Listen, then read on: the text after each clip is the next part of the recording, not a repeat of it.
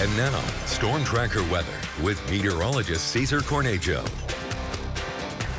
So far tonight, we're just seeing a bit of cloud cover, not much in the way of precipitation. And luckily, this is going to be something that we're going to see continue into the beginning of the work week. But there is the threat of rain that is to come. Right now, temperatures are still a bit on the cooler side. We are seeing temperatures ranging around the 50s. We're in the Snake River Plain, 56 in Pocatello. We're seeing 57 in Blackfoot and even 56 in Idaho Falls and in Rexburg, 52 over in Driggs and 51 in Jackson. But once we jump over to the Central Mountains, we're seeing Stanley already at 40, and we're still seeing some 50s and 40s in Chalice and Salmon.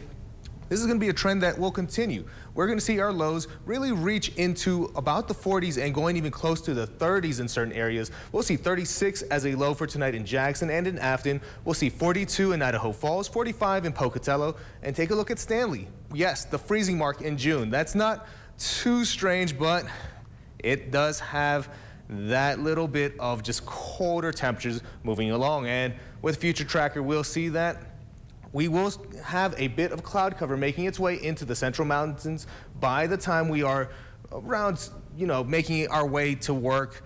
And it'll just continue to progress even more towards the southeast. And by the time the evening really starts to set in and really towards the time when we're driving back home, we're going to see that a cold front starts to push in and bring in some rain. And that cold front will coincide with winds picking up in the Snake River Plain, where we can see double-digit winds throughout the day, and it really won't start to die down until the evening. But our lows will be, our highs, better to say, will be in the low 80s and high 70s in the Snake River Plain. We'll see 80 degrees in Pocatello, 77 in Idaho Falls. We'll see 70 degrees in Jackson, 73 in Afton.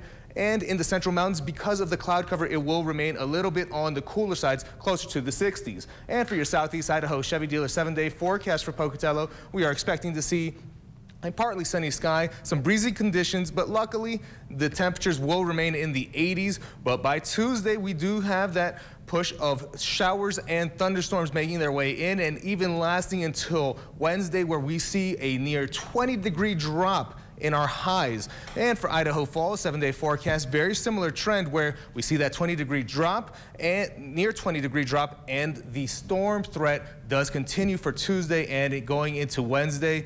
But then we dry out for the second half of the week. And for Rexburg, once again, we'll see very similar conditions where it jumps from 75 on Monday as a high to 58 for a high on Tuesday.